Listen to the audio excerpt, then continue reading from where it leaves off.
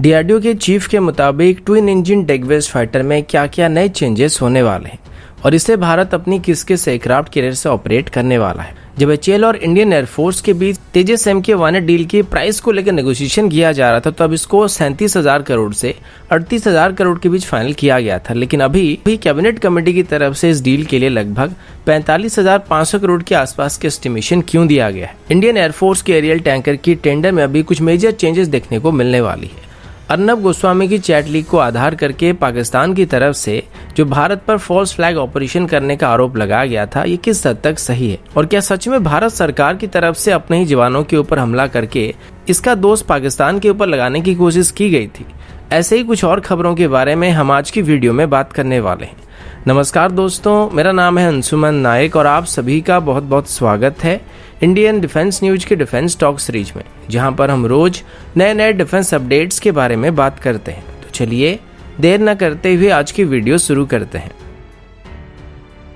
आज की पहली अपडेट इंडियन नेवी की ट्विन इंजन डेगवेस्ट फाइटर की तरफ से है। कल भी हमने इसके बारे में थोड़ा सा बात किया था और आज भी हम इसके बारे में बात करने वाले हैं। तो हाल ही में विक्रम साराभाई स्पेस सेंटर की तरफ से अरेंज किए गए एक वेबिनार के दौरान बात करते हुए डीआरडीओ के चीफ जी सतीश रेड्डी जी की तरफ से ट्विन इंजन डेगवेस्ट फाइटर की कुछ बेसिक डिटेल को शेयर किया गया था, जैसे कि इसको एरो इंडिया शो के दौरान पहली बार डिस्प्ले किया जाएगा और अगले साल के एंड तक इसकी फाइनल डिजाइन को तैयार करने की बात की गई थी। इससे पहले अभी तक ट्विन इंजन डेगवेस्ट फाइटर जितने भी इमेज सामने आए थे उसमें से मैक्सिमम इमेज फैन मेड थे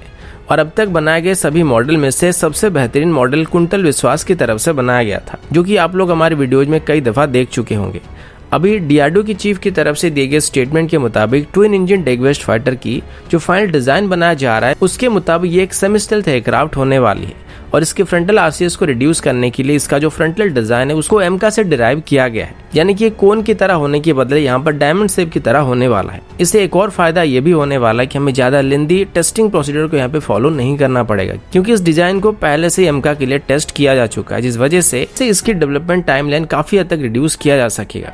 इसकी जो कॉकपिट डिजाइन होगी वो एक वाइडर डिजाइन होने वाली है और जो ट्विन इंजन डेगवेस्ट फाइटर की जो बेसिक कैरेक्टरिस्टिक या एटीट्यूड होने वाली है वो नोजब कैटेगरी के अंदर होने वाली है, जो कि मेनली कैरियर बेस्ड ऑपरेशन के लिए काफी सही रहती है।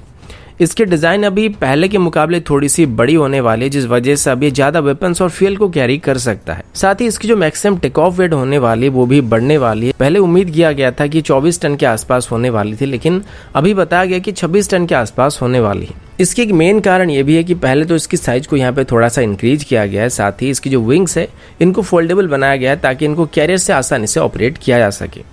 और इसी वजह से हर एक विंग की जो लोड है वो लगभग 150 kg के आसपास इंक्रीज हो गया है। पहले किए गए प्लान के मुताबिक इसको हमारे फ्यूचर एयरक्राफ्ट कैरियर से ऑपरेट करने का प्लान किया गया था, जो कि हमारी तीसरी एयरक्राफ्ट कैरियर होने वाली थी, लेकिन अभी इसको आईएनएस विक्रमादित्य से भी ऑपरेट करने का प्लान किया गया, जो कि हमारे MiG-29 के फाइटर जेट को 2031 के बाद से रिप्लेस करना शुरू करने वाली है।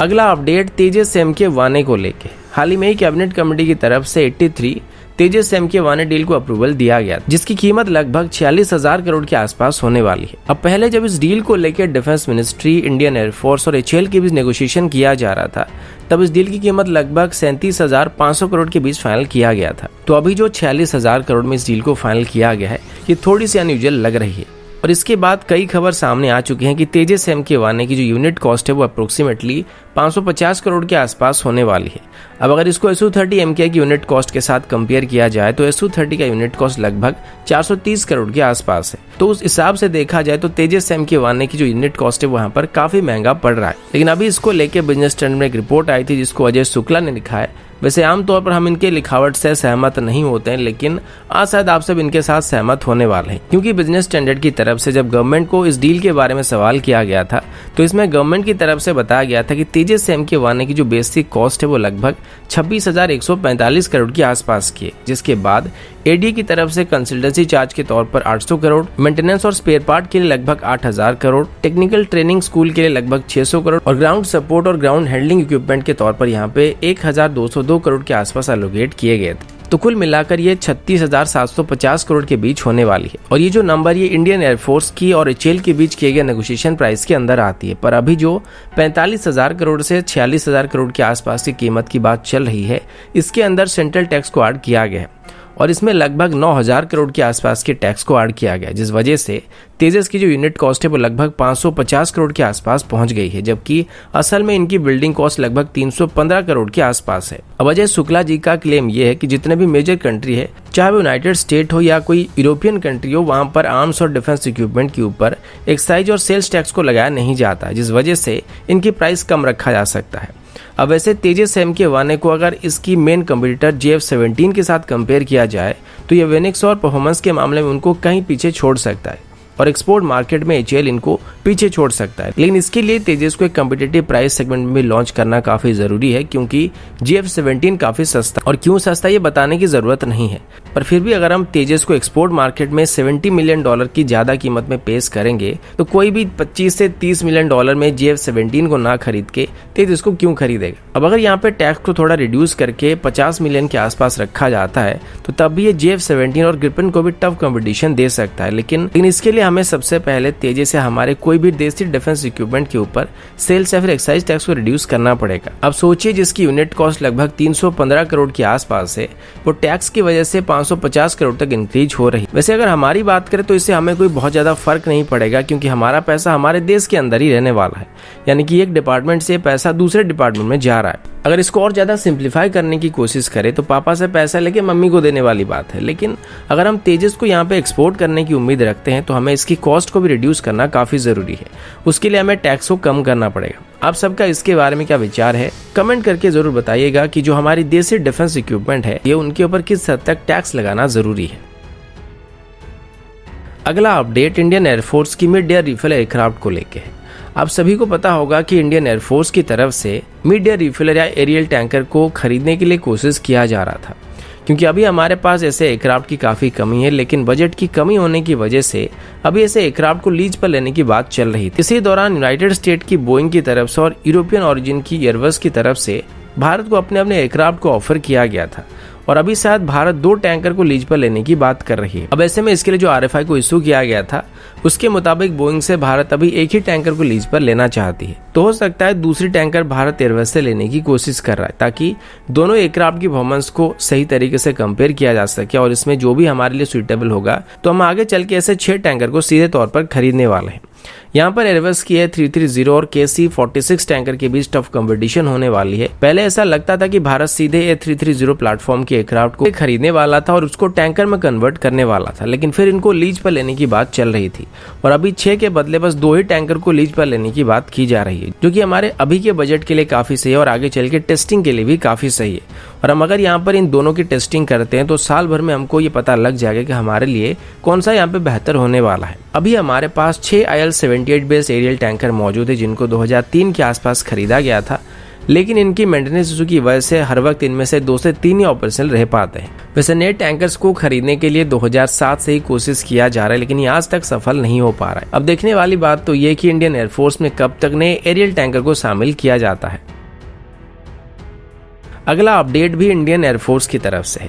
कैबिनेट कमेटी की तरफ से तेजस MK1 डील को अप्रूवल देने के बाद अभी इंडियन एयरफोर्स की बाकी पेंडिंग पड़ी हुई डील को भी क्लियर करने की बात सामने आई है, जिसमें इंडियन एयरफोर्स के लिए 21 MiG-29 और एडिशनल 12 Su-30 MK एयरक्राफ्ट को भी खरीदा जाने वाला है। टाइम्स ऑफ इंडिया की रिपोर्ट के मुताबिक भारत की तरफ से अभी रशिया से जो एडिशनल 21 MiG-29 को खरीदने का फैसला किया गया था वो हमें काफी सस्ते पड़ने वाले हैं। अभी हमारे पास ऐसे 59 एयरक्राफ्ट मौजूद हैं और कुल मिलाकर अभी एक और स्क्वाड्रन MiG-29 इंडियन एयरफोर्स में शामिल होने वाला है। अब ये जो मिग है ये पुराने मिग है, यानी कि इनकी एयरफ्रेम पहले से तैयार करके रखा गया था, पर इनका कभी भी इस्तेमाल नहीं हुआ, जिस वजह से ये पुराने होने के बाद भी बिल्कुल नए कंडीशन में है, और अभी बस इनको लेटेस्ट स्टैंडर्ड में अपग्रेड करके भारत को डिलीवर किया जाएगा, जिसमें काफी कम वक्त लगने वाला है। एक और चीज ये भी है कि जो MiG-29 अभी भारत को डिलीवर किए जाएंगे या फिर हम खरीदने वाले हैं, ये हमारे वर्तमान के MiG-29 के मुकाबले काफी ज्यादा बेहतर होने वाले हैं, क्योंकि अब इसमें एक AESA रडार मौजूद होने वाली है और इसके एवियोनिक्स सिस्टम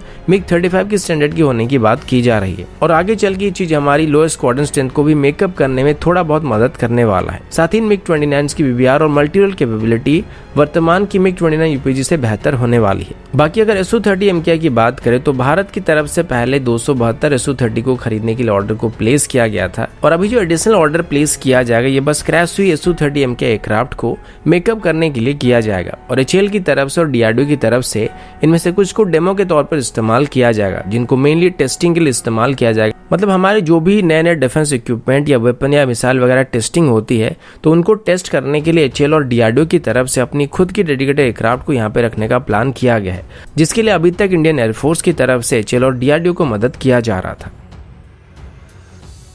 अगला अपडेट पाकिस्तान की तरफ से, और अभी हम अर्नब गोस्वामी की चैट लीक्स के बारे में बात करने वाले हैं। वैसे ये इशू अब तक एक पॉलिटिकल मुद्दा था जिसमें TRP इशू को लेकर कुछ एलिगेशन लगाए गए थे, तो इसका अब तक हमारे साथ कोई लेना देना नहीं था, जिस वजह से हम इस पर बात नहीं कर रहे थे।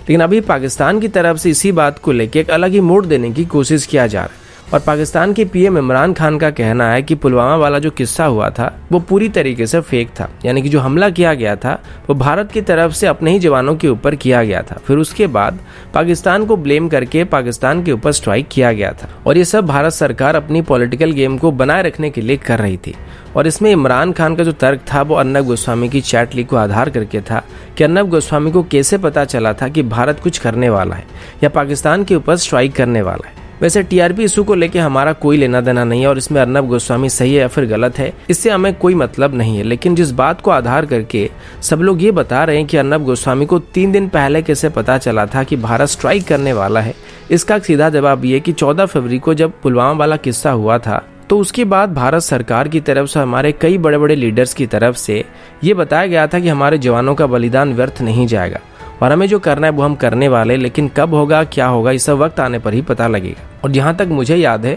14 फरवरी के बाद से हमारे लगभग सभी मीडिया वाले ऐसे न्यूज़ दिखा रहे थे कि कुछ बड़ा होने वाला है, और उसके बाद कुछ मीडिया वाले ये भी डिबेट कर रहे थे कि इतने सब कुछ होने के बाद भी भारत सरकार चुप क्यों है। तो कुल मिलाकर इस चार्ट में जो भी दिखा गया उससे कहीं पर भी ये साबित नहीं होता है कि भारत ने अपने ही जवानों के ऊपर जानबूझकर हमला कराया था या फिर अर्नब गोस्वामी को पहले से स्ट्राइक कहां पर होगी, कैसे होगी, ये सब पता था। और अगर कहीं से भी उसे ये बात पता होगी तब भी इसका ये मतलब नहीं बनता कि एक फॉल्स फ्लैग ऑपरेशन था, क्योंकि अगर तुमने 14 फरवरी को हमारे ऊपर हमला किया था तो उसके बाद तुमको रिएक्शन तो देखना ही था, क्योंकि जाहिर सी बात थी कि जब वो हादसा हुआ था तो पूरा भारत गुस्से में था और सब लोगों की उम्मीद थी कि पाकिस्तान को इसका बहुत बड़ा जुर्माना भरना पड़ेगा। और यहाँ तक कि डोनाल्ड ट्रंप ने भी 23 फरवरी को बता दिया था कि भारत कुछ बहुत बड़ा करने वाला है और भारत और पाकिस्तान के बीच अभी तनाव काफी बढ़ने वाला है, जिसको सॉल्व करने की काफी जरूरत है। तो जो भी इस बात को लेके ये बताने की कोशिश करते हैं कि इस चैट में कुछ क्लासिफाइड इन्फॉर्मेशन लीक हुआ था, तो ये सस्ती वाली जोक से और ज्यादा कुछ नहीं है, क्योंकि ये सिर्फ अर्नब गोस्वामी को नहीं बल्कि लगभग सभी मीडिया वालों के साथ साथ लोगों को भी पता था कि कुछ बहुत बड़ा जरूर होने वाला है। और अगर फिर भी आप नहीं समझ रहे हैं तो एक छोटा सा एग्जांपल देता हूं, आप लोग समझ जाएंगे। अगर आपसे कोई ये पूछे कि इमरान खान ने शेर के पिछवाड़े में उंगली की है, तो इस सेंटेंस का फ्यूचर टाइम या फ्यूचर एस्पेक्ट क्या होगा? फ्रंट वेंचर यहाँ पे ये बोल सकते हैं कि इमरान खान शेर की पिछवाड़े में उंगली करने वाला है, लेकिन असल में इसका future aspect reap in advance होने वाली है, जो कि पोगो देखने वाले भी बता सकते हैं। अगला अपडेट भारत और श्रीलंका को लेके है। जी न्यूज के रिपोर्ट के मुताबिक भारत की तरफ से भी श्रीलंका को लगभग 200 मिलियन श्रीलंकन रुपीज की कीमत की रडार इक्विपमेंट को सप्लाई किया गया है। श्रीलंका की एयरफोर्स की तरफ से 2011 में भारत से 4 इंद्र रडार को एक्वायर किया गया था, जो कि भारत की तरफ से गिफ्ट किया गया था। और अभी भारत की तरफ से उन्हीं रडार्स के लिए लगभग 341 स्पेयर पार्ट को सप्लाई किया गया है। इंद्र रडार की बात करें तो एक 2D रडार है जो कि लो फ्लाइंग ऑब्जेक्ट को डिटेक्ट कर सकता है या फिर ट्रैक कर सकता है। इनको DRDA की LRD लैब की तरफ से डेवलप किया गया था और इनको भारत इलेक्ट्रॉनिक लिमिटेड की तरफ से मैन्युफैक्चर किया जाता है। इन रडार्स के लिए सभी जरूरी स्पेयर पार्ट को लेकर अभी इंडियन एयरफोर्स की एक AN-32 एयरक्राफ्ट श्रीलंका में पहुंच चुकी है और ऑफिशियली इनको श्रीलंका को हैंडओवर किया जा चुका है। इसके अलावा 2007 में भारत की तरफ से श्रीलंका को इगला मिसाइल सिस्टम को भी गिफ्ट के तौर पर दिया गया था, जिनको अभी इंडियन एयरफोर्स की तरफ से अपनी एनुअल मेंटेनेंस प्लान के अंदर सर्विस और मेंटेनेंस प्रोवाइड किया जा रहा है। और ये सभी एक तरीके से भारत और श्रीलंका की रिलेशन को बेहतर करने के लिए काफ़ी ज़रूरी है, क्योंकि बीच में चाइना की वजह से थोड़े ख़राब होने लगे थे, लेकिन अभी ये वापस ट्रैक पर आने लगे हैं और भारत अभी श्रीलंका में चाइना के इन्फ्लुएंस को काफ़ी हद तक कम करने में कामयाब हो रहा है। तो दोस्तों अभी के लिए इतना ही, मिलता हूँ आपसे अगले वीडियो में, तब तक के लिए जय हिंद, वंदे मातरम।